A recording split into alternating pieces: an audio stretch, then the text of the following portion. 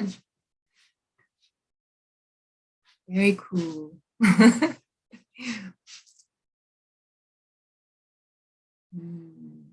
So we just have a few more minutes. And you guys let me know if you lose video. I'm sure Donna will talk about it. Audio and stuff. Make sure I'm clear.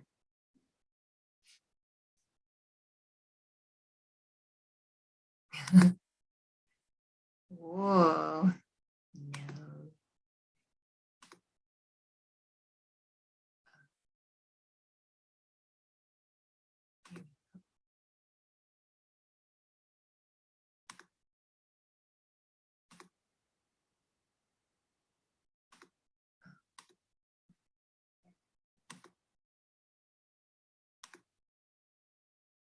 That was weird.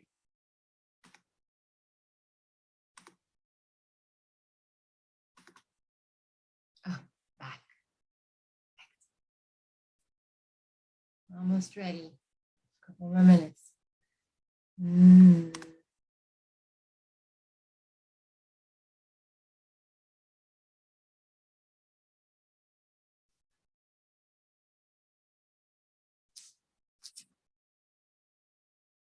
One second.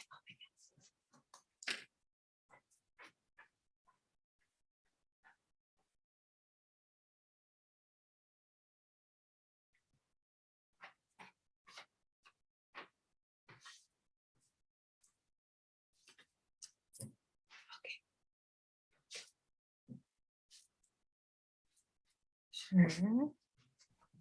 Hey, Kim, I'm gonna have Donna comes up and share her PowerPoint first, okay? Okay. And then you take that over after she finished with her intros and thing like that. Okay. Okay.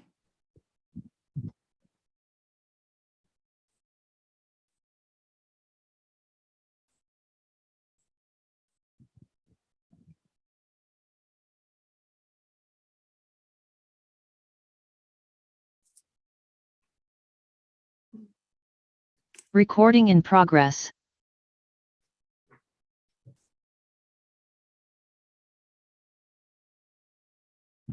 All right, Kim, I'm gonna have Donna come up and then we'll start the intros and gonna pass it over to you, okay? Okay.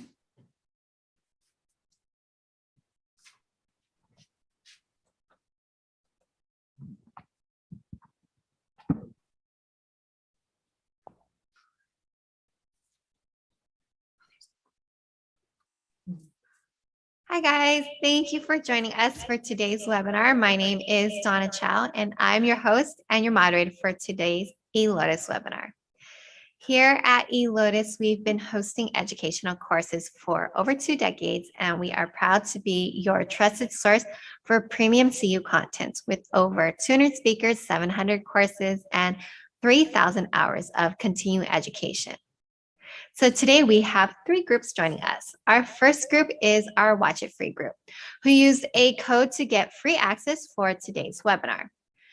The video replay and CEUs are not available to you, but you can upgrade to our second group, which is our paid group. Our second group with us are those of you who have paid for today's class. And the paid attendees, you will be able to enjoy today's webinar, watch it as many times as you like for the next month, and earn CEUs. And finally, if you want to upgrade to our ultimate and full access, you can join our third group, which is our Gold Pass members. Our Gold Pass members have unlimited access to all live webinars and distant learning courses for 1 full year. Aside from being the most affordable way to learn and also get your CEUs, you also receive sponsored benefits from Evergreen Herbs and Helio Medical Supplies. I'll go more into detail later on today. Our webinar today is Fertility and Chinese Medicine, Frequently Asked Questions, presented by Kim De La Cruz. This is Kim's very first webinar, and we are very excited and honored to host her. Is there anyone else out there in which this is your first time attending an eLotus webinar? If so, please type first into the chat room. All right, great. Before we begin, I'd like to go over a few items to familiarize you with our webinars and how they work. Today's webinar will be from 2 to 5 p.m. Pacific time, and we will have one break. For lecture notes, you can download them directly from the Blue Course Access page in your eLotus account. To use the webinar chat room, set your chat preference to everyone so that everyone can see what you're typing and be part of the conversation. To ask Kim a question, please enter your question into the Q&A box. If time allows, she'll go ahead and respond to them. And finally, the quiz and video replay. You will be notified by email tomorrow afternoon once they are both available. All right, guys. So without further ado, I would like to introduce you to Kim De La Cruz, who has over 19 years of clinical experience in San Diego, California, and is nationally certified as a licensed acupuncturist and Chinese herbalist. She specializes in orthopedics and pain management, as well as women's health and fertility and pediatrics. She is proactive and organized with a strong commitment to providing the best possible patient care. She is skilled in functional medicine assessments and supplement recommendations, Chinese herbal prescriptions, dietary and nutritional counseling, and considers Western biomedical procedures when conducting health assessments and communicating with healthcare teams. She holds a degree in Japanese acupuncture and Dong's acupuncture from Pacific College of Health Sciences. All right, Kim, you can go ahead and take over now and share your PowerPoint.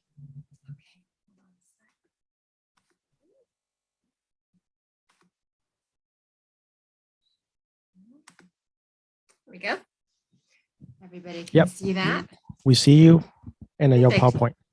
Nice, thank you. Hi, everyone. Just some good news today. I got a message from 5 branches that my doctorate degree was conferred. So now I am a doctor and not a candidate. So that was good news today. It was a fun program and very heavy on integrative medicine. So a lot of my talk today will include integrative medicine, maybe a third of it. So we can familiarize ourselves with the Chinese medicine part, infertility, and also the Western medicine side of fertility. And as we go from there, we're going to go into reproductive endocrinology and the tests, and then also dive into some questions that patients have frequently asked in clinic. And then also towards the end, and hopefully we have enough time, we'll go over some Chinese medicine formulas that we use in clinic to treat infertility and fertility issues, and acupuncture. So just to introduce myself, let's see if I can.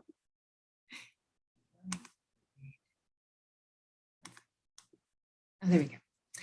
When I was young, I wanted to be a pediatrician. I didn't know what that was. I just knew I loved babies. And of course, I always wanted to have kids of my own. So luckily, I had a fertility journey and gave birth to 2 of my own kids. They're teenagers now. One of them's in college, which is amazing and fantastic. And I love this journey with being a mother. And, you know, part of the whole treatment of fertility, sometimes it's a personal journey for acupuncturists because they went through it themselves. So a lot of times I can have compassion for my patients because they're going through similar situations. So that's part of it, is the emotional part of treating fertility. I know that can be hard. My general background is in Western medicine and science. I am a biochemistry major, pre-med. I was going to go to medical school. That was a little bit thwarted, and I ended up going to Pacific College. And it was wonderful. I loved all of my classes at PCOM. I learned from many teachers at that time, 23 years ago when I was at school. We had a lot of teachers that had wonderful clinical pearls. And that is a lot of, what I brought to my practice and what hopefully I'll bring to some of you in this webinar. And just like I said, I just finished my 5 branches doctorate. So that is an accomplishment too. So, for me to focus on educating myself with, with both Western medicine and Chinese medicine, it's very valuable to my practice, as it is probably for your practice, as most of us are, practicing integrative medicine. But if you don't, and most of us, maybe some of us have, strong fertility backgrounds, some of us are beginners. And this webinar is just going to talk about, general foundation of what we can, go from treating fertility. What else is what I want to say?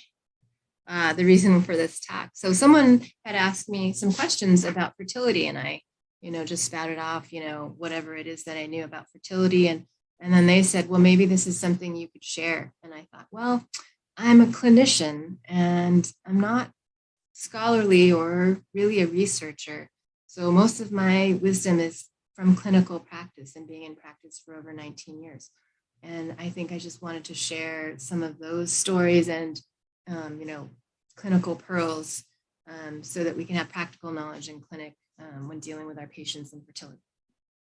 And like Donna said, my practice, let me see if I can get to the next line, focuses on Master Dong acupuncture. I did start out doing Japanese acupuncture, Japanese meridian therapy and Kampo, and then I switched over to Master Dong. It's very good system and very, very good for fertility, women's health. I do Chinese herbal medicine. Some of us might not do herbs, and I think it's very, very important that we do herbs with our fertility patients as well as acupuncture, because they both work well together. So, if you're only doing acupuncture, you're only giving them that much of your, percentage of, success rate. But I think for both acupuncture and herbs, you get a higher success rate with fertility. I am a yoga teacher. I've been teaching yoga for a number of years, and Qigong. And so I help my patients. Hi, Kim. Sorry to interrupt. Yeah.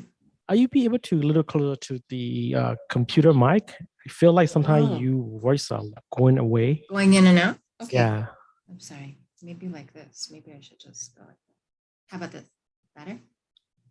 That more went lower. Lower. I have 100% on. Maybe it's my AC because it turned on. Hold on a sec. Let me turn it off and I'll come back. Technical difficulties. Oh, it's okay.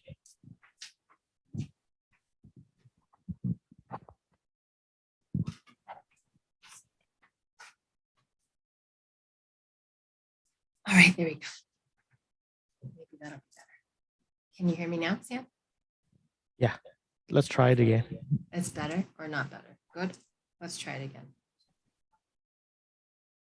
Yeah, continue, Kim. I check in with you if that voice, went lower. Okay. All right. So I teach yoga and I teach Qigong, and I use that in my practice to give my patients recommendations for movement, to promote blood flow to the areas that they need and to help with relaxation. So, I always tell my patients, diet and exercise is your responsibility. So for optimal fertility health and for just general health, all of our patients should be, doing gentle exercise and movement, and also, having a good diet, which segues into part of my lifestyle recommendations for fertility.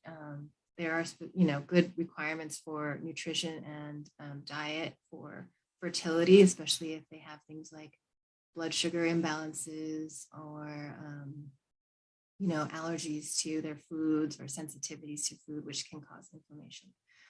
So that's important to address with our fertility patients.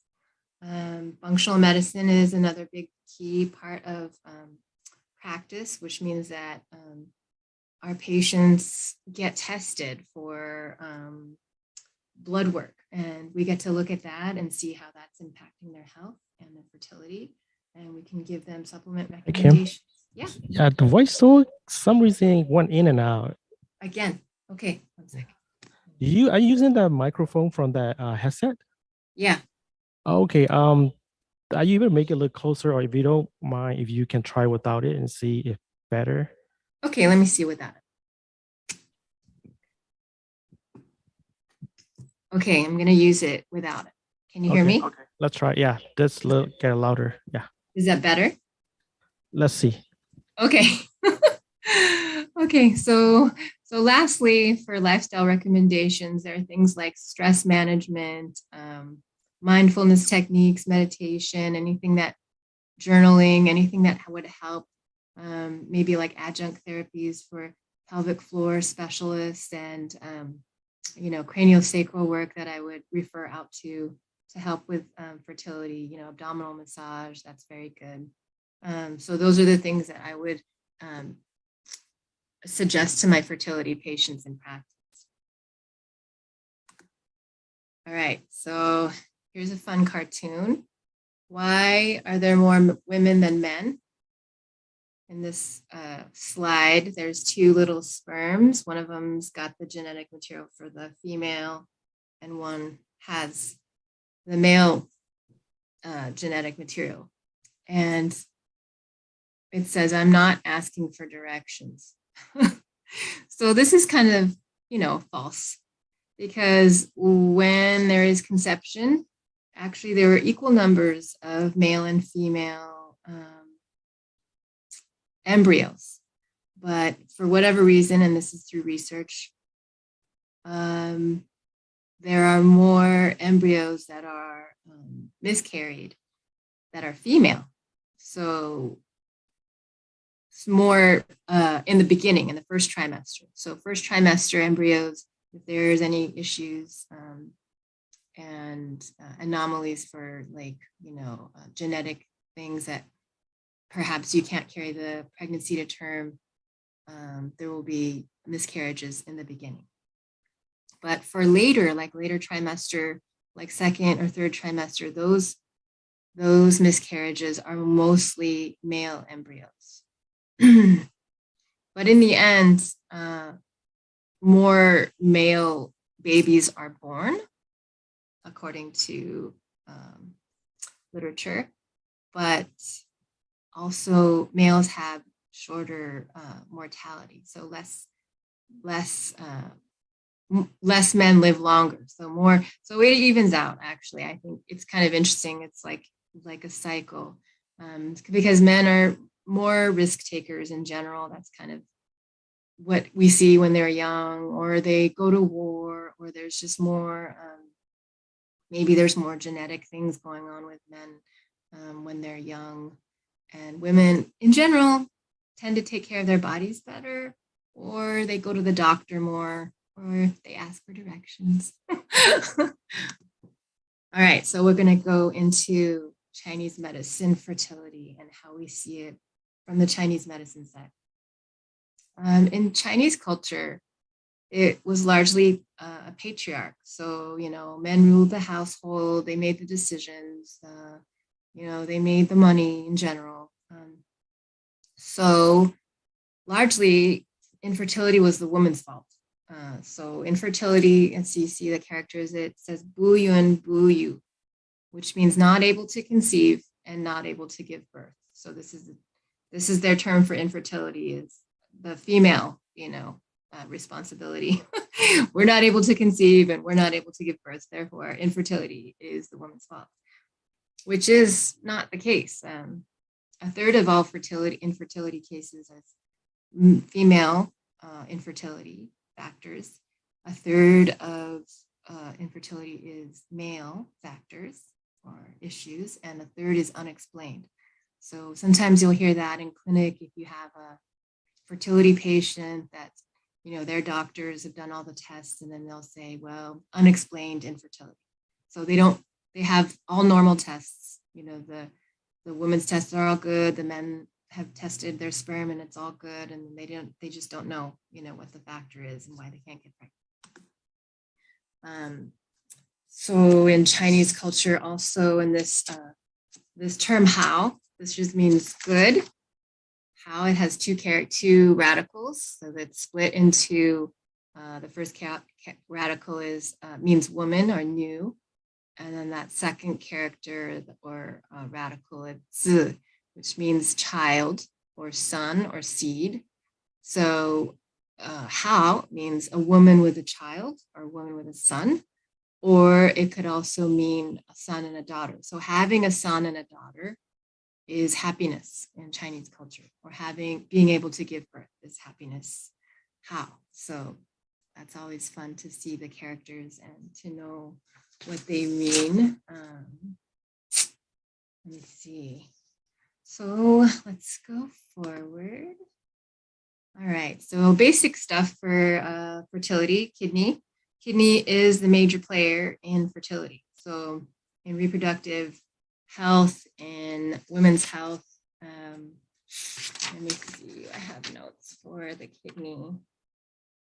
Kidney stores the jing. It's responsible for growth and development. It's responsible for reproduction. This is in both men and women. The kidneys are considered to be the root of yin and yang for all the other organs, so all the other song and food. So in the Nanjing 36 difficult issue from Unschuld, the two kidneys are not both kidneys. The one on the left is the kidney, and the one on the right is the gate of life, or the Mingmen. So we've heard this term, Mingmen, fire, Mingmen. So we're talking about that. So that's the right kidney according to the Nanjing. The gate of life, which the Mingmen, is the place where the essence is lodged. It is the place to which the original influences are tied. So ancestral or genetic material, we're talking about prenatal jing. Prenatal jing from the Mingmen, the right kidney. And then they have formulas like Yogui-wan, which is, restore the right, which is a great yang tonic. They talk about, kidney jing, but mainly they're focusing on the right kidney. So kidney yang, I guess. Let's see.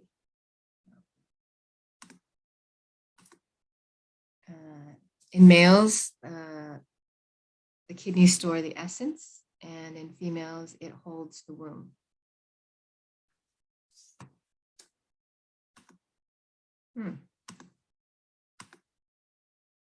Now for fertility, we see the kidney in harmony with other zang, with the liver, with the spleen, with the heart, even indirectly with the stomach and the lungs, but it is always going to come back to kidney. So jing and the reproductive performance of men and women is kidney. So if you're going to treat a channel or use a formula, you're going to have some kidney herbs in there, kidney points, or something that affects the kidneys. And things that can happen with Chinese medicine treatment for the kidney, things that can happen in fertility is deficiencies in kidney qi and blood, yin and yang, excess or stagnation of qi, accumulation of phlegm and damp, blood stasis. These are things that we address with the kidney and the spleen and the liver mainly. And then we can treat accordingly with herbs or points. All right, this slide is kind of blurry, but it kind of tells you a little bit more about, oops, sorry. Oh, I really, hold on a sec. Where am I? Oh, here we go. It kind of tells you a little bit more about the interaction of the other zong and the stomach fu with the uterus and the relationships between blood and qi and yin and yang. So you see the channel of heart going down to the uterus is the uterus vessel. So we call that the bao mai, bao mai. So we hear that a lot, bao mai, bao. Bao is the uterus, zi bao is the uterus. Bao gong could be the uterus. Sometimes you see that in literature. And then you see the kidney channel that goes up to the uterus is called the uterus channel, which is the bao lo. Bao lo, the kidneys are nourishing the uterus by providing it with blood, with jing. For men, it's the sperm. For women, it's menstrual blood. And the ability to hold the fetus in the womb. Spleen is also important with that. You see all these relationships on the outside with spleen and liver interacting with each other to make blood for the uterus. One of the problems we see in clinic is kind of uterine lining issues. So if the embryo is not able to attach to the lining, we can treat by increasing blood and nourishment to the lining of the uterus. So that can get really specific if we start to know and can pinpoint what their specific issues are. Let's see. Let me read my thing. It's kind of blocking. So the Bao Mai in this chapter 65 of the spiritual access, they use the term Bao for uterus, which I kind of already said, and that is common to both men and women. So Zibao is the uterus in women, but it is also the room of sperm in men. So practically the testes. That's where sperm is produced and made. Both these structures reside in the lower dantian, and they store jing, which is prenatal essence coming from the Ming Men, so the kidneys, the right kidney. Also, the extraordinary vessels originate from here, and they are also closely connected to the jing, which is meaningful because a lot of us use, extraordinary meridians for fertility, like the Chong specifically, and the Ren. Well, you could also use the Dai Mai, which I use a lot, and the Du Mai, which could be possibly one of those that is indicated for your patient's issues. The golden mirror of medicine says the Du Mai arises from the lower abdomen, externally in the abdomen and internally in the Bao. So the Bao, here again, it's called the Dantian in both men and women, but it's the uterus and the room of sperm. The uterus is physiologically related to the heart via a channel called the uterus vessel, or Bao Mai. In simple questions, it says the uterus vessel pertains to the heart and extends to the uterus. And when the period does not come, it means the uterus vessel is obstructed. So Bao Mai, so coming from the heart. So a lot of times we treat heart and heart blood deficiency, or spleen blood deficiency, or liver blood deficiency. It's blood deficiency because we actually need blood to go down into the uterus and nourish that so that we can have, regular periods. And you have things like amenorrhea or missed periods, or periods that irregular periods, that could be part of it.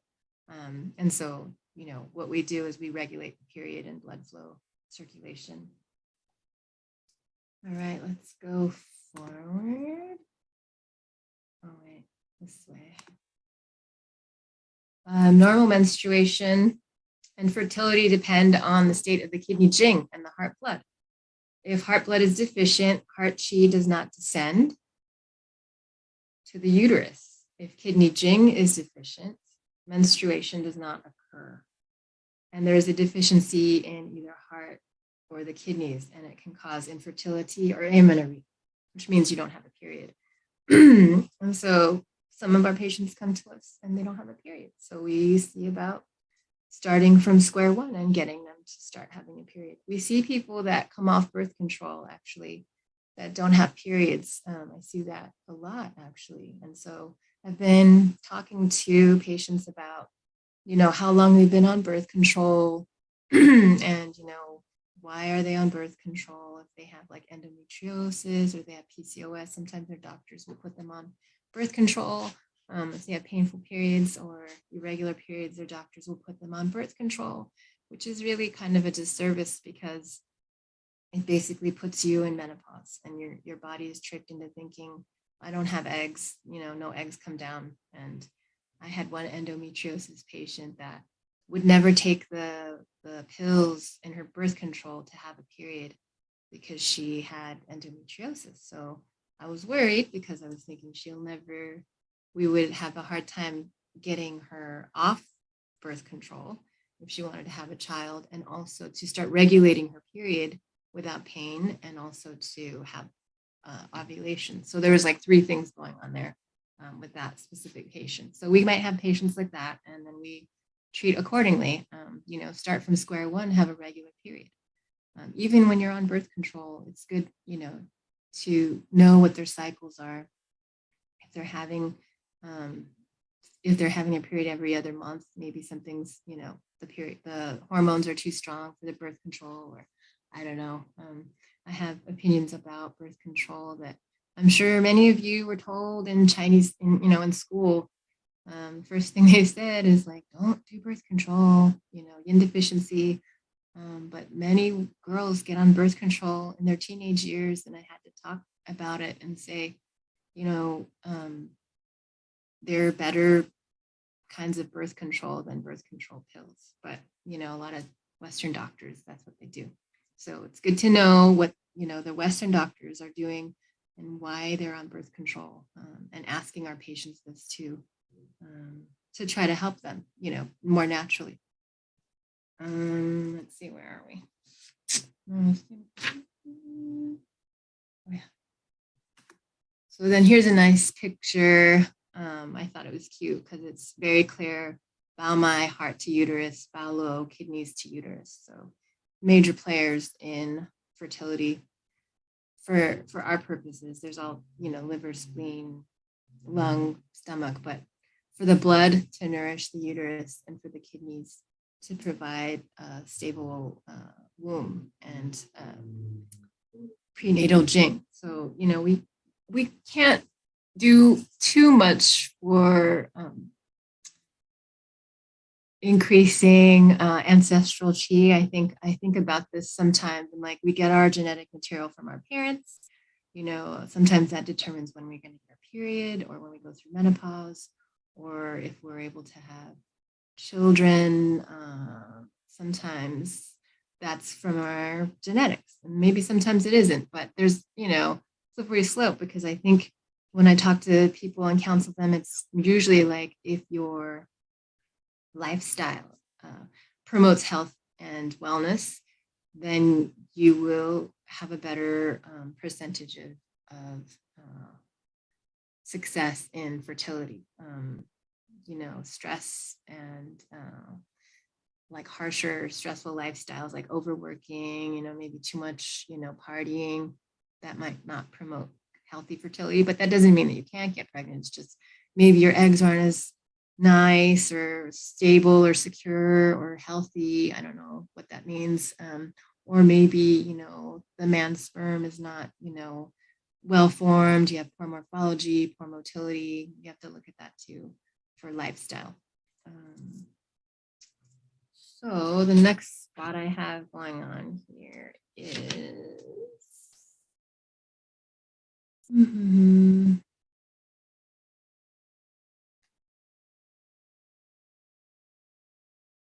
sorry, I lost my page with my notes.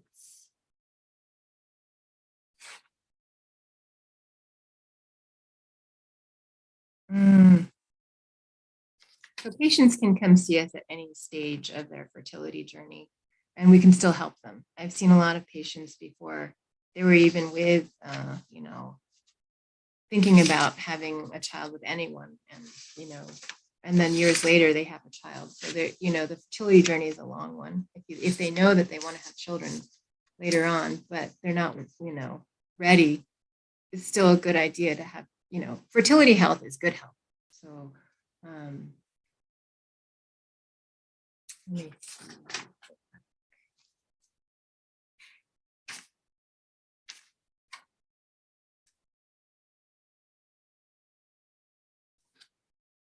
So a lot of times, and you'll hear me talk about integrative medicine, I'm seeing a lot of patients with labs, but for the most part, just looking at the labs is important, because and being able to interpret those labs is important. So that's what this talk is going to be about for the first half. But for this part, we're going to start. I'm going to talk about the CEUs. I think the next slide is the CEUs.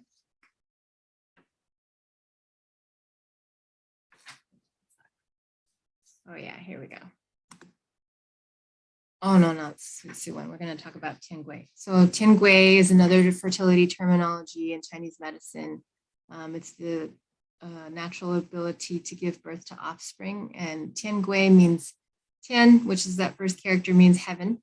And that could be pre-heaven or post-heaven. And Gui is the last of the 10 celestial stems. Gui pertains to the water element, more specifically the yin water, whereas the 9th stem is Ren, which is the yang water. So yin is the embodiment of, the yin is the substance and the embodiment of qi. So Tiangui sometimes translates to heavenly water. More appropriately, Tiangui Shui is used to describe menstrual fluid and seminal fluid.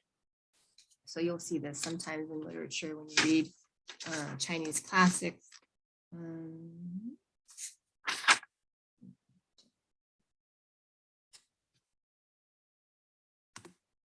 Tiangui is the expression of the kidney qi in terms of fertility. So there's a slide. Here it is. So in women and in men, so this kind of gives you like a visual where Tiangui fits in. Heavenly water is essence from the kidney. So essence from the kidney will come down for the woman and nourish the uterine blood. So it is the precursor for uterine blood or menstrual blood. And for men, Tiangui is the precursor for sperm. So you're getting essence from the kidneys to improve, you can improve the quality of the blood or the quality of the sperm between, tonifying qi or tonifying blood or tonifying yang with our herbs and acupuncture.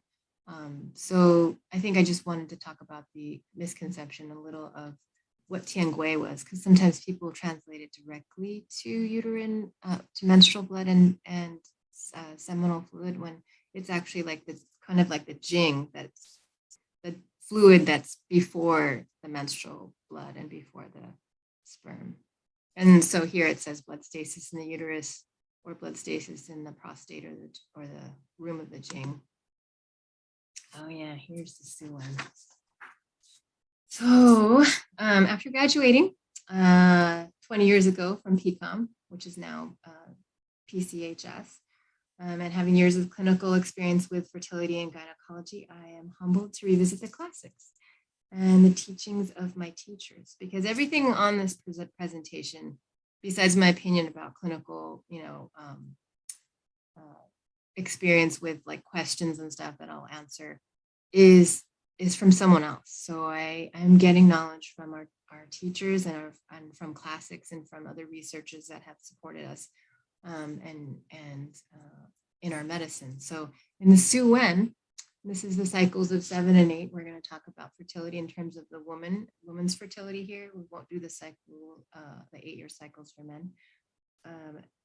In old age, a person is not able to produce offspring. Is it because of the exhaustion of vitality, or is it the predestination by the law of nature?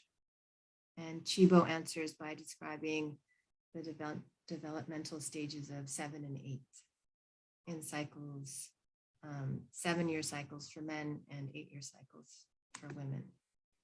So when a girl reaches the age of 7, kidney qi is rich, so the baby teeth are replaced by adult teeth and the hair grows long.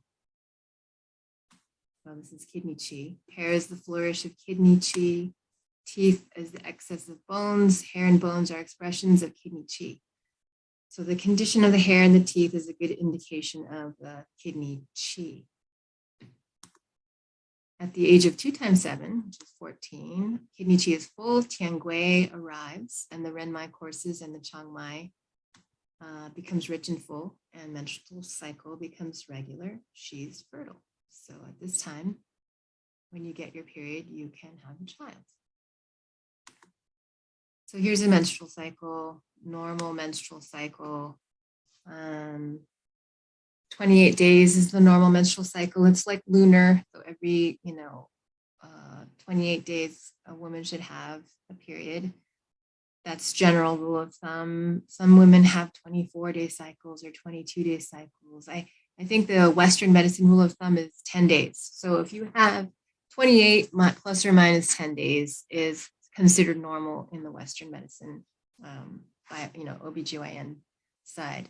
But, personally, I like closer to 28. If it's like 24, okay. But if it's 22, I feel like something's going on and maybe we need to like regulate the cycle better and, give them herbs or do acupuncture to help get closer to 28. Also, the other way too, I think, 38 days is a long cycle.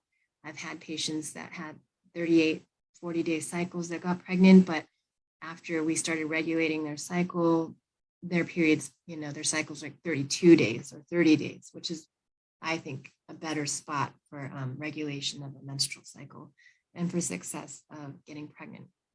So more like 5 plus or minus 5 days for me for Chinese medicine. In this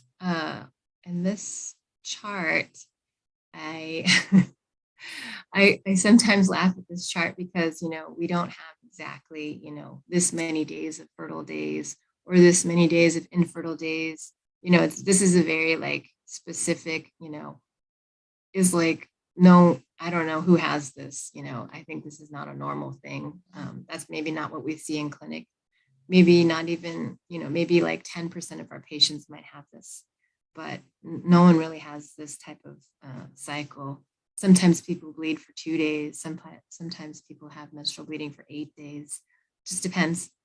So that kind of like throws off the fertile days. So when we talk about when to try to conceive or when to try to have, intercourse to try to get pregnant, all your patients are going to be a little different. This, 11 to 16 day window might not be the window for your patients, which has come up a lot in my practice. Some people their window was like 8 to 12, and then they just shifted their window and then they got pregnant. So sometimes it's as simple as that. You're catching where the ovulation is. And, there's things you could do to check for ovulation, which is usually the ovulation predictor kits that they can buy on the over the counter, or they can do the wearable BBTs or temperature monitors to see their temperature fluctuations to show when they're ovulating, which is a little bit better than I think the OPKs, because OPKs you have to do at a specific time and sometimes you miss the window. And then there's also the really tried and true method of cervical mucus, which some people, I asked them about cervical mucus, because once you start seeing cervical mucus and, that egg white creamy, that means you're getting ready to ovulate or you're ovulating. So that's when I tell people that's when you're going to have intercourse. When you start seeing cervical mucus, it's nice and viscous and slippery and not sticky. If you want to have this conversation when we talk about body fluids all the time, Chinese medicine, you can get a lot of information from cervical mucus and how long they have cervical mucus for. If they only have 1 day, that means maybe they only have, a very tight window of ovulation, which is okay, which is great. And then maybe you can check, see if their cervical mucus comes in at day 9. If that's the case, then their window is, closer to day, 8 or 9. So 8 or 9 to day 13 would probably be a better time to have, to try to have, intercourse, to try to get pregnant. So that's that window. So we'll go back to the Suen. At the age of 3 times 7 or 21, kidney chi is calm and even. Wisdom teeth come in and the hair grows long and luscious. At the age of 4 times 7 or 28, the sinews and bones are strong, the hair is luscious, and the body is fully developed. So 28, 28, usually the eggs are still pretty good, still pretty, healthy body, hopefully healthy, habits, so that, women are still pretty fertile at that age. At the age of 5 times 7, which is 35, the young Ming Mai weakens, the complexion starts to wither and the hair starts to fall out. So young Ming is stomach and large intestine, which primarily, large intestine and stomach, as fluids. So we're starting to see kind of a fluid challenge, with blood and with water and other things in the body. So maybe at 35, they need to take more nourishing herbs or nourish yin or blood tonics. At the age of 6 times 7 or 42, the 3 yang channels weaken in the top part of the body. So the complexion withers and the hair starts to turn white. So 42, sometimes we see our hair, getting white, or or more dryness, more dry nails, more dry hair. Maybe the hair you start to lose some hair. We see this sometimes with patients earlier, maybe in their 30s. And so, that's problematic. We want to stay, kind of have our blood nourished all throughout until into our 40s. And the questions sometimes I get is, can I still get pregnant at 42? And I said, well, it depends. Depends on what your blood work looks like. It depends on if you have regular periods. If it depends on, if you're taking care of your body. If your lifestyle and your stress level is pretty low. So I've seen patients get pregnant at 42, 43, 44, and it's not uncommon, but it's rare that maybe women may want to be pregnant at that time. So, and then the questions are, will my baby be healthy? Birth defects and things like this. So that's a conversation you have to have too with your patients. Let's check the next slide. At the age of 7 times 7 or 49, the Renmai is deficient, Changmai dwindles, Tiangui stops, the body starts to weaken, and fertility comes to an end. So 49, that is probably very indicative of today. Usually close to 50 is when women start to feel sort of menopausal or perimenopausal, and their cycles might be irregular. I would not suggest to any of my patients to try to get pregnant after 45, the age of 45. I don't give my patients false hopes that they will get pregnant between the ages of 43 and 45. I kind of tell them it's a little bit harder. But because I've seen more patients get pregnant between 40 and 42, I say, okay, well, your chances are could possibly be get pregnant at that time, naturally. But, you could still have a healthy baby at 42. So let's see what our next slide is. Oh yeah, this is the Tiangui heavenly water directly translating to menstrual blood, which it doesn't. It's Tiangui shui or Tiangui water, which translates to seminal and menstrual fluids. Menstrual blood, or Jing shui, is produced from the kidney water and transformed with the help of liver, heart, and spleen. So here we go with the kidney dynamic with the liver and the heart and the spleen, but it's always the dynamic between both. So the dynamic between the heart and the kidney, or the liver and the heart, or the liver and spleen with the kidney, but always back to the kidney. Kidney water, kidney yin is hence the foundation for the formation of menstrual blood. So kidney. All right, next section. Okay, so now we're going to start into the Western medicine side of it. Might go through this fairly quickly because I want to spend a lot more time on the questions. So Western medicine, the slides here are very self-explanatory. So if you have any questions about the labs or anything, the terminology, you can always email me or contact me. So let me just get to that part in my slides over here.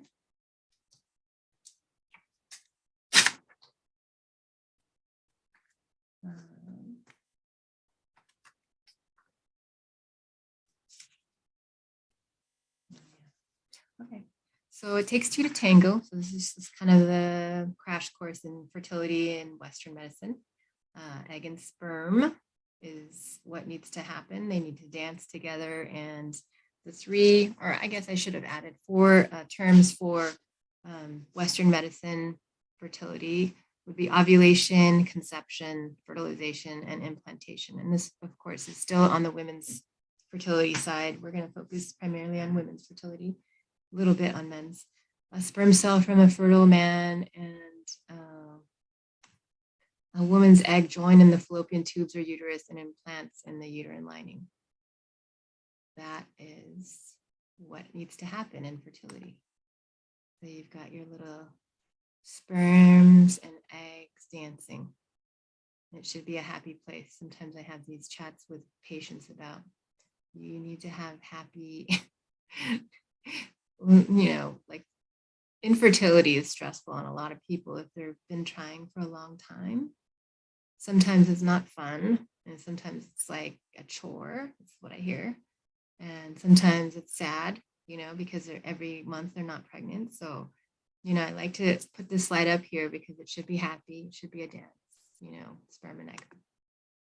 So pregnancy, fertilized egg or zygote is what happens when the sperm penetrates the egg wall. And then day 5 or day 6 is called a blastocyte. So in IVF, when they are doing the fertilization outside of the body, they, inject the sperm into the egg in like a dish, and then they wait to see if the egg fertilizes.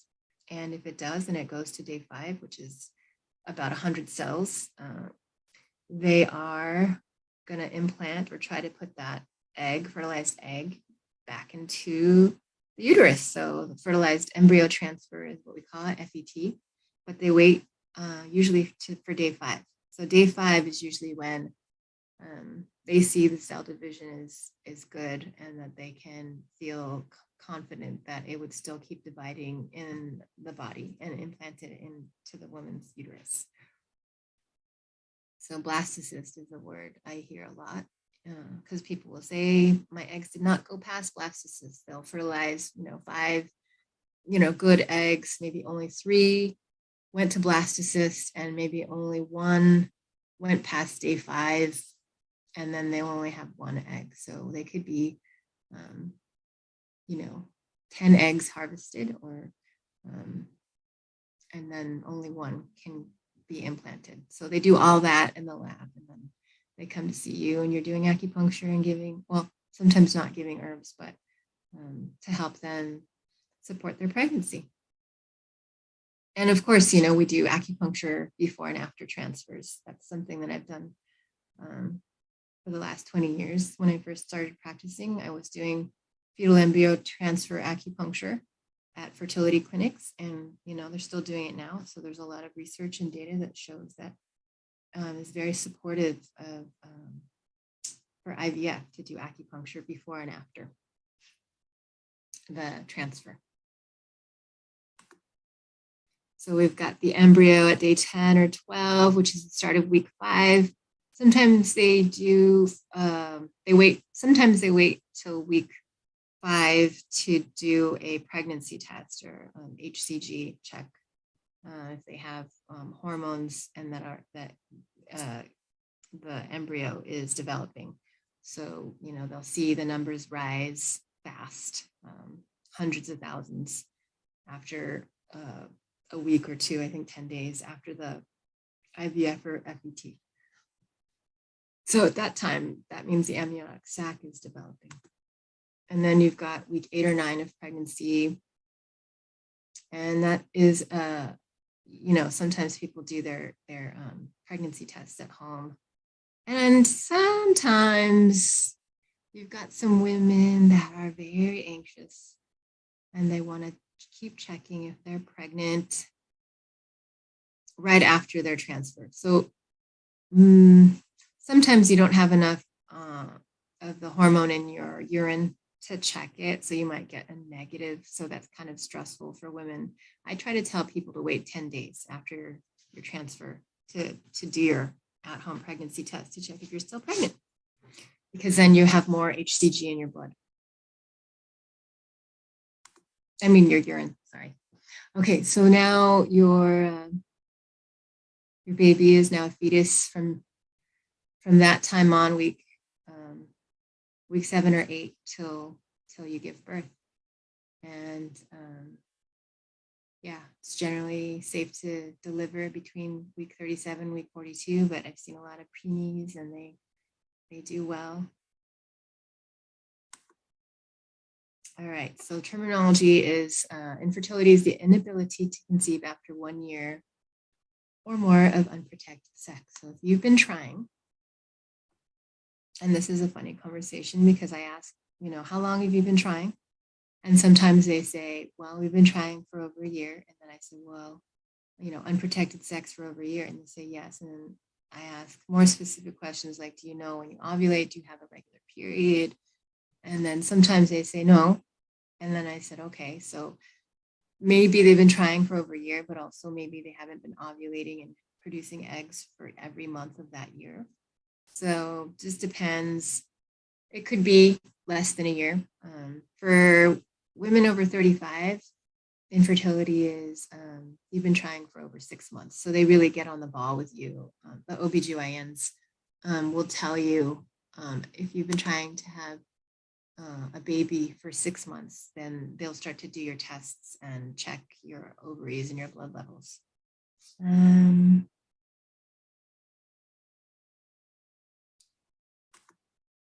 Woman's body must be able to release an egg, so that's ovulation. A man's sperm must be able to join with the egg along the way, that's conception. Fertilized egg must go towards the uterus, fertilization, and the embryo must attach to the inside of the uterus, which is implantation. So I put these up here because at any time in this state, on these stages, we can help them with whatever issues they have, because fertility could be an ovulatory problem. Infertility could be implantation problem or uterine issue. You might have fibroids or polycystic ovaries or blocked fallopian tubes. So that happens with infertility. So those are things that we can treat as well. Oh yeah, that's funny. Oh wait, hold on. So we heard you've been hoarding. So here's the stork. It's funny. All the babies are back there. And sometimes for our moms trying to get pregnant, it feels like everyone else is getting pregnant, and it's sad and it's frustrating. And of course the stork here, he's hoarding all the babies. So hey, sometimes in clinical practice, the more difficult part is to have the conversation of like letting go or surrendering the thought that, I'm going to be pregnant this month. I'm going to be pregnant this month, and having that stress of like, everyone else is getting pregnant besides me. That is that's hard, because then they keep that to themselves. So then, I do refer out to therapy or, to have people talk to someone, fertility counselors, because maybe they'll want to look at, alternatives to, natural, your egg and my sperm or whatever. And they'll, think about adoption or other things that, why do you want to be a parent kind of thing? Because that in itself is, everyone kind of gets caught up in the whole fertility journey. And really the question should be, why do you want to be a parent? Why do you want to have kids? That's the better question. Yeah. In the United States, amongst heterosexual women aged 15 to 49 with no prior births, 1 in 5 are unable to get pregnant after 1 year of trying. And also 1 in 4 women in that group have difficulty getting pregnant and staying pregnant because there are things like multiple miscarriages, ectopic pregnancies, things that we see that, and they'll be able to get pregnant, but then they'll have miscarriages. So that's another issue that we can treat with Western or Chinese medicine. fertility, according to Western biomedicine, will decline with age because over time they stay, your eggs get old. And that is kind of true and false. What's true is women do have fewer eggs when you're older. So naturally, blood levels for AMH will decrease because you have less eggs as time goes on. But more often, it's more like lifestyle and stress and general health, like nutrition, and that affects egg quality more than. Someone asked me today, my AMH is low, and I'm going to be 40. What are the chances of me still, conceiving and having a healthy baby? And I said, you have eggs. I know she's gone through IVF, so I know she has eggs. They might not be the highest quality eggs. So we're working on increasing the egg quality, versus we can't change the number of eggs you have. As you get older, you do have less. But we, for Chinese medicine, we can increase egg quality with herbs and supplements and nutrition and just lifestyle. Stress plays a big part in infertility. Aging increases the woman's chances of miscarriage and having a child with genetic abnormality. Yes, there's data on the Western medicine side that shows that is true, but also that doesn't mean you can't have a healthy baby. So, I don't, yes and no. I've seen women in their 40s have healthy babies. And that, the conversation should be, like, for a parent, as having a child, would you be okay with the stress from miscarrying or the stress from conceiving a child with a genetic abnormality? Because that's a valid question. But you could have miscarriages in your 30s. You could have miscarriages in your 20s. You could have genetic abnormalities in your children in your 20s and 30s. So, a good conversation to have with your patients. Health conditions affecting fertility in women. This is all from Western side. Is infrequent or irregular periods, history of recurrent miscarriages, which is 2 or more, ovulation disorders or hormone imbalances like PCOS, endometriosis, uterine growth like fibroids or polyps, blocked fallopian tubes or uterine disorders, diminished ovarian reserve, and or egg quality. So these are all things that we actually address with Chinese medicine and herbs and acupuncture, and we can talk about this to our patients, because they'll come to us saying, I have endometriosis, I have PCOS, I did an HSG, hysterosalpingogram, and they showed one of my fallopian tubes are blocked. So you can talk to them about, well, you can still get pregnant. It doesn't mean that it's impossible. But yes, there are instances where I'm like, okay, then we move on to like egg donor, sperm donor, or even a surrogate. There is so much like stops at the journey that our patients are willing to go for it, because they want to have a baby. All right, so where are we? Male fertility. So male fertility can be affected by physical problems with the testicles, like varicocele, blockages in the ducts that carry sperm, hormone problems, history of high fevers, genetic disorders, and lifestyle or environmental factors. Let me see. For couples trying to get pregnant, heterosexual couples trying to get pregnant, the first thing I usually say off the bat is, has your husband or partner, male partner, gotten a sperm analysis? So, we want to make sure to rule that out. And that's a quick test. That's something that they could just go get one day and then know if it is a male factor, for the infertility. I've had patients that have tried to conceive for a year, and then their husband gets a sperm analysis and they find out that it's male fertility factor. So, that whole year they were thinking that it was their fault or their issue, or, we were treating them for whatever, to try to get their body balanced hormonally and, their periods regulated. So, that was a shock, but also they got pregnant. So once they found out, it was the male factor, they got pregnant. So do that first. It's like, don't spend a year, thinking that it's the woman's fault. Hang out and get all the testing done.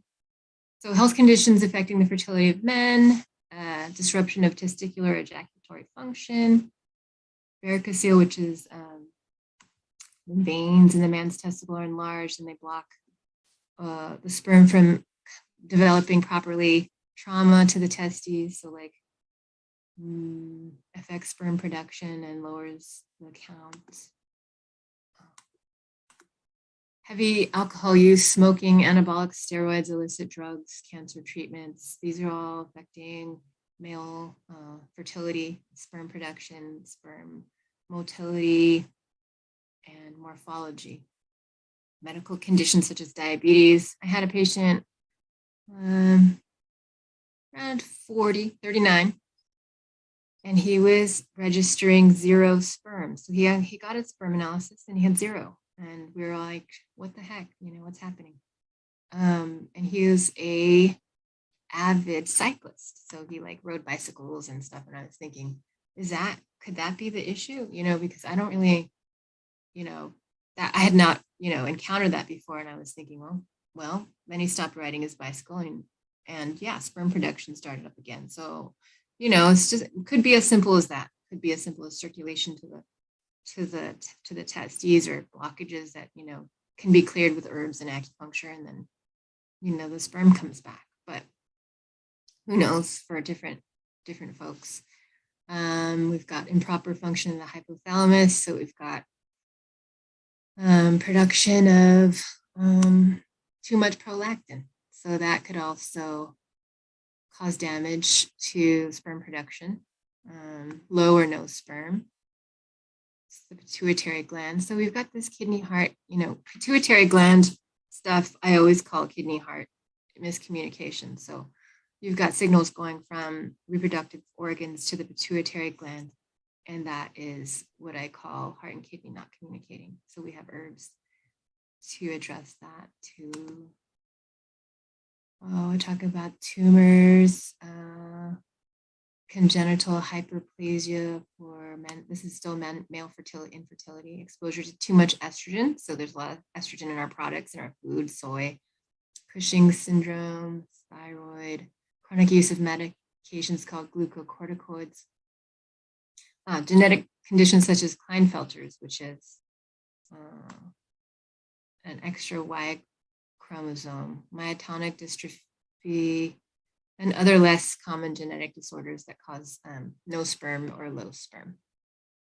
And that conversation of like whether your patient would be open to a sperm donor is also important. Some patients, they don't want to do sperm donor; they want their own genetic material to keep to fertilize their spouse's egg. Okay. All right. So that section's complete. Let's go ahead. So we've got reproductive endocrinology, bunch of terms.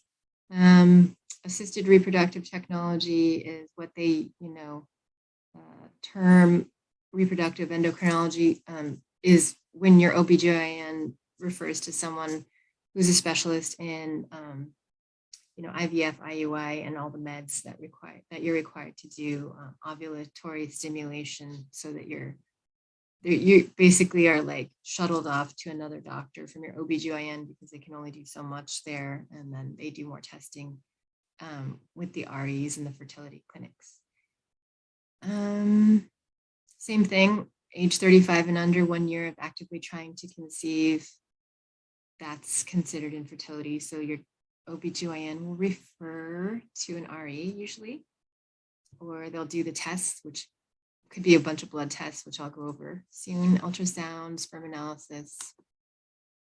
And one of the things that I also see in clinic is when someone just wants a little bit of help in stimulating their ovaries to produce more eggs so that they can get pregnant. They'll just get shots from their OBGYN for the ovarian induction or ovarian stimulation.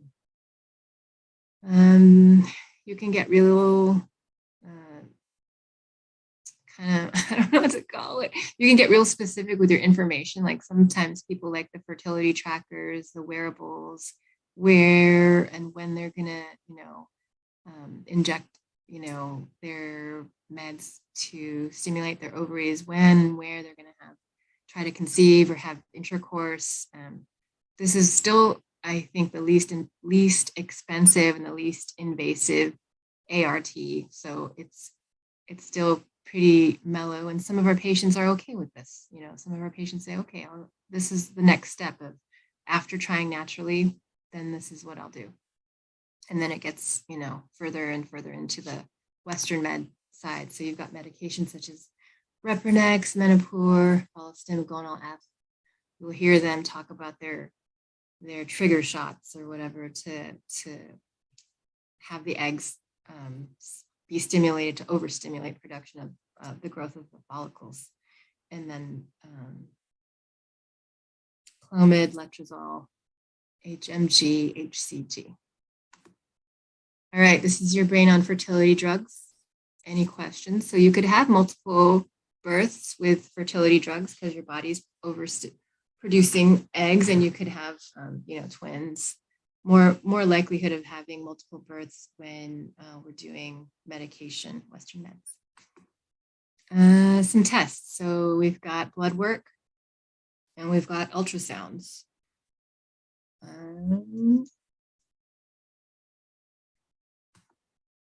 Blood tests that might need to be checked for fertility.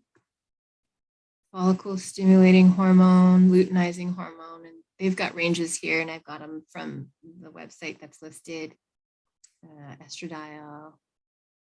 And we can look at it and we can make a, educated guess, if you've got it on the low side or the high side, things that are happening in the woman's body. As it translates to Chinese medicine, basically we can just say, oh, not ovulating, not ovulating. So ovulatory problem. So then we'll treat that accordingly. Or,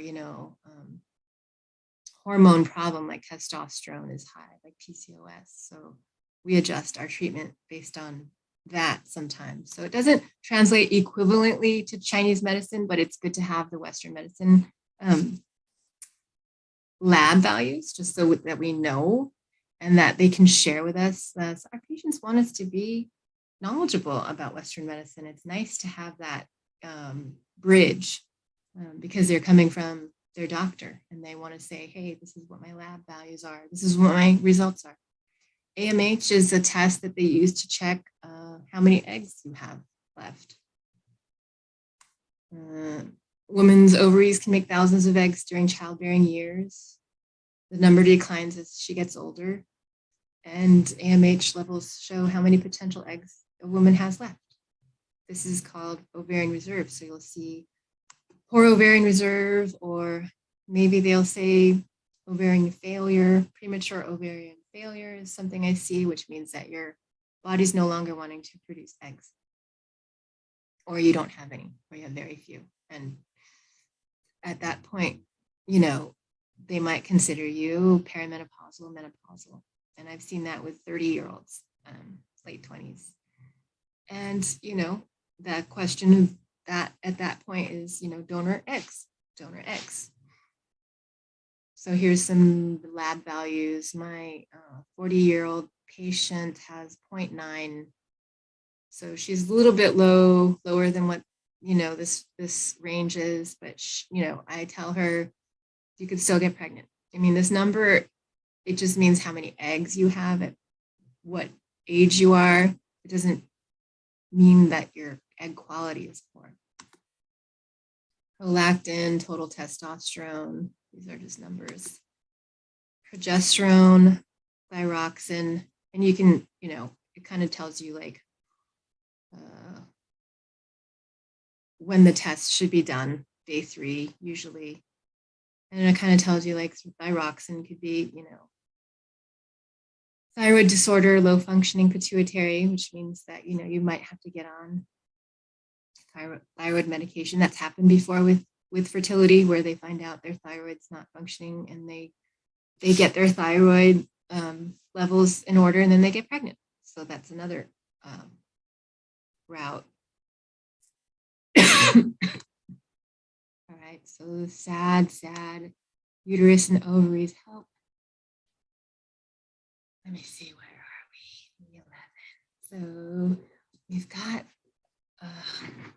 like 20 more minutes, I think, until we take a 15-minute break. I forgot to tell everyone we were going to take a break at 3:30 for about 15 minutes, but I'm gonna keep going to try to get through all these slides.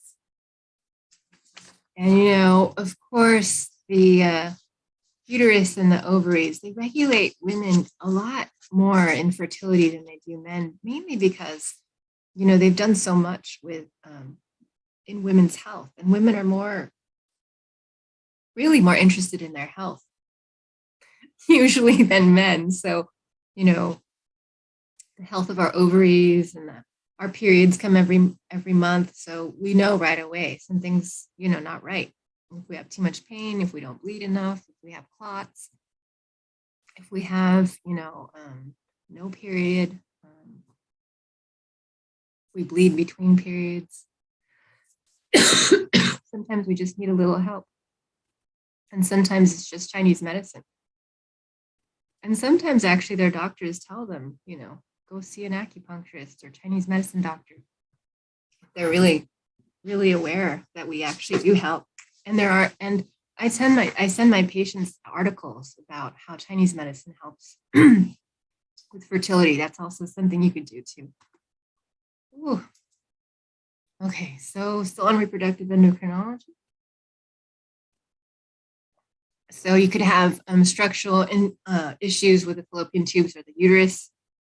And they usually do this test. If all of your labs are good, they will do this. It's not a nice test. It's where they put dye into your uterus and your ovaries, and then they can see. They take pictures like an ultrasound. If there's any structural anomalies, if there's blocked fallopian tubes, if there's fibroids or cysts in the cavity of the uterus, the fallopian tubes. And they try to schedule this test procedure between day 6 and day 13. And one of my patients was like, well, that's my fertile days. And if I do that, then, it's like I have to skip this month trying to get pregnant. And I said, yeah,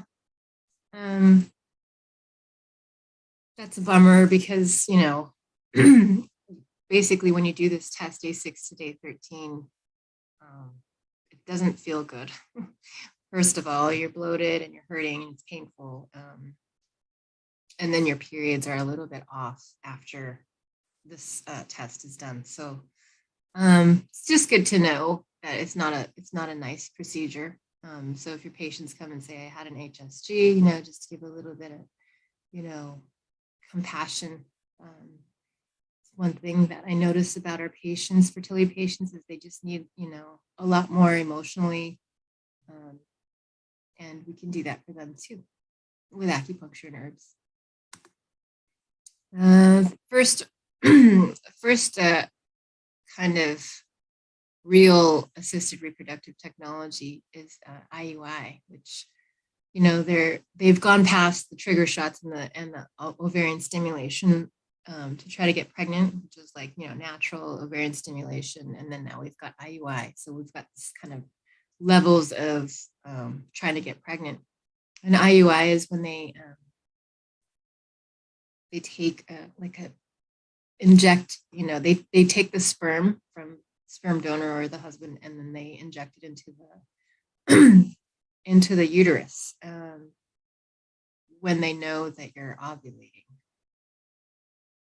So another thing that I've seen with this is people can do this every month. So I've seen women that have had 8, 10, 12 IUIs in a row, which is, I guess, because it's cheaper than an IVF.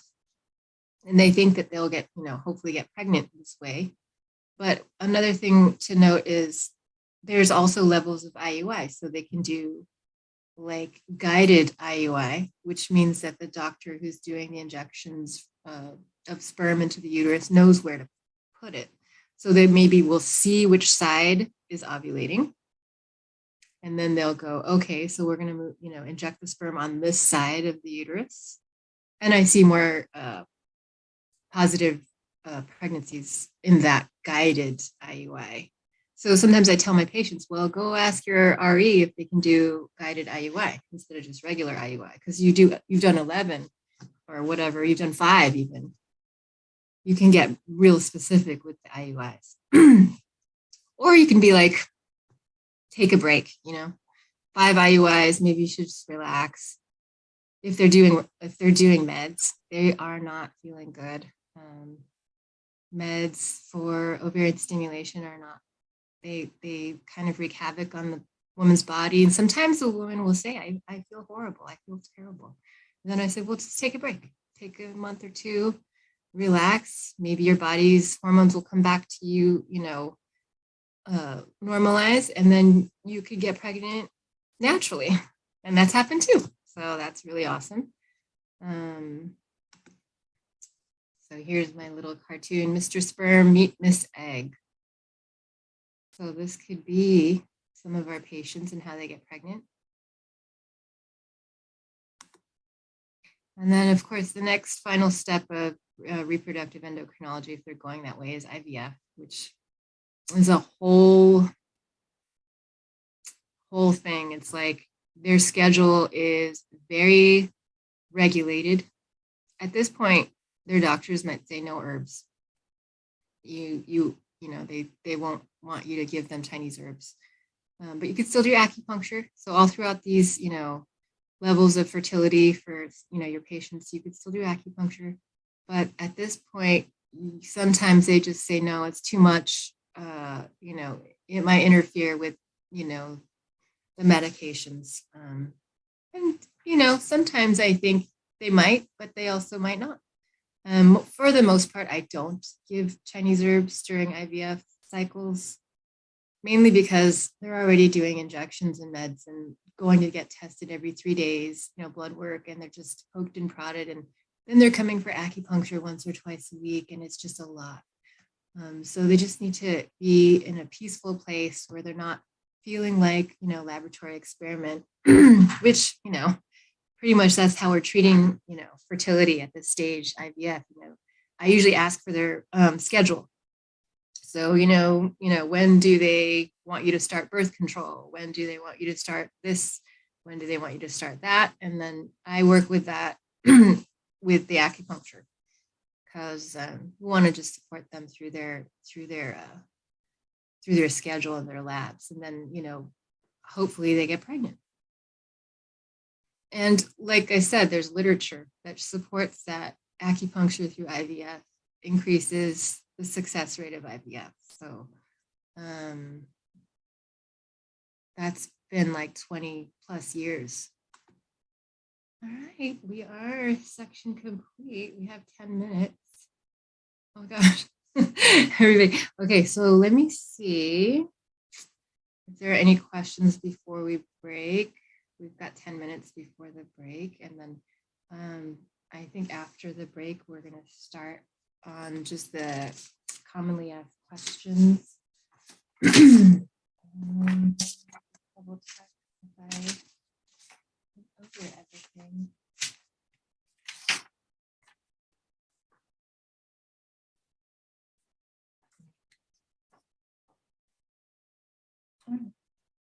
So let me see.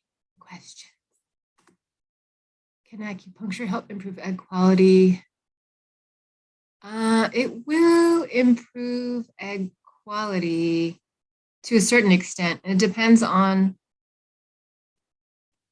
I've seen it improve egg quality, but there's no real, the way that it would be tested, I guess I'm trying to figure out how to like show that actually it does improve egg quality. The only way to see that it was improving egg quality is if when they had a failed IVF already and they said that your eggs are brittle and they say that, the eggs just disintegrate, right when they try to inject the sperm in, and then they do another IVF, like in 6 months, and then it doesn't happen. So for egg quality to increase or to improve egg quality with Chinese medicine, and I tell this to my patients, 3 to 6 months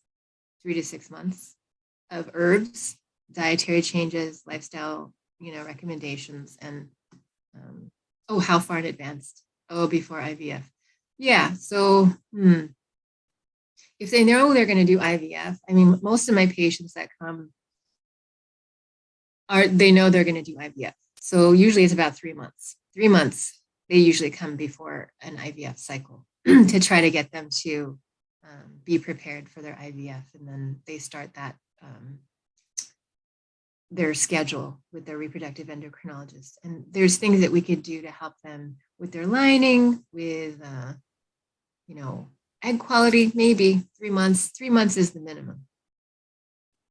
How far in advance is it recommended to start acupuncture? Yeah. I think starting acupuncture for fertility, I usually like to say a year. If you know you're going to try to get pregnant and you're going to try naturally for a year, just start getting acupuncture and doing herbs for a year, trying naturally, just to see if you can improve your outcomes just naturally. I mean, I tried to, tell women, because most of my practice is women's health, that even if they don't think they're going to, try to get pregnant within 2 years, that they should still have in the back of their mind. Because if they do want to get pregnant, say, they're not married, or they're just thinking about it, even just thinking about it, starting acupuncture and herbs for fertility health is 2 years is the best, but 1 year minimum, I think, before an IVF. But most of the time I see in practice 3 months, maybe 6 months before an IVF, because they're told by their doctors, maybe you should try acupuncture and herbs. That will probably help. And of course it will help, but the longer you do acupuncture and herbs, the better your outcomes are for IVF, personally, from what I've seen. Okay, let's see, what time is it? Is it time to break? I think we could break now for 15 minutes and then come back. If anyone has any questions, maybe you could type it into the Q&A. Is there questions in the chat? Oh, blocked fallopian tubes. Okay, wait. If an IUI is not guided, where do they normally place the sperm? Well, they just go right in the middle. They don't place the sperm anywhere. They kind of just put it they don't even know which side. They just see that the lining is good, and then they just put it in wherever the lining is good. But they don't really know which ovary that the egg came from. Which formula would you use when fallopian tube is blocked? Well, there has to be some herbs in there that move the blood. So you've got blocked, it's kind of physically a blocked fallopian tube. It depends, because I've seen where it's blocked fallopian tube or clogged fallopian tube when it's just blood stagnation. And I've seen it where it's actual physical, like the walls are scarred, like scar tissue where the actual like physical structure of the fallopian tube is closed, versus just blood stagnation where it's like blood flow has clogged the area. Like, for the most part, that side of the blocked fallopian tube, it's rare that they'll get eggs to come down all the way into the uterus. So they usually just go to the other side and wait for the egg to come out from the other side. Let's see. Ooh, great info. Does a urethral stricture affect the number of sperm cells? No, not necessarily. I don't think that is true. I've seen where they've got good sperm counts, sperm morphology. It's sometimes they just go in and take it out and they aspirate it out and then they'll just do IUI instead of natural. So if you've got good sperm, that's great. It's just the idea of having it come out. So they'll end up actually going in and taking it out, surgically. And I've had patients that do that too, and they get pregnant. So there's also the gift of life. Oh. Oh, yeah. Okay. I think we are. Advise on the other options for birth control aside from the pill. So, So aside from the pill, there's the IUDs, which a lot of patients are a little wary of. Sometimes they think they don't work or that they get moved around and lodged and just can damage the uterus or the fallopian tubes. That's rare in practice. I don't see that happening a lot clinically. The one that the IUD that I see women like is the low hormone one. I forgot what it's called, but it's the one that doesn't have. It's like the one that doesn't have too much hormones on it. So that one's probably the best birth control, in my opinion, is the IUD with the low hormones. Oh yeah, when you started school to get off birth control. Yeah. True, most of my patients are women. Okay. Okay. I think we're good. If you want to take a break now, everyone, we can take a break. Is Donna? Let me see. Yes, let's go ahead and take that 15-minute break. Okay, thank you, Donna. So I have 3:27, so that is, Oopsie. let's do 3:40. Okay, sounds good. Thank you. See everyone back at 3:40.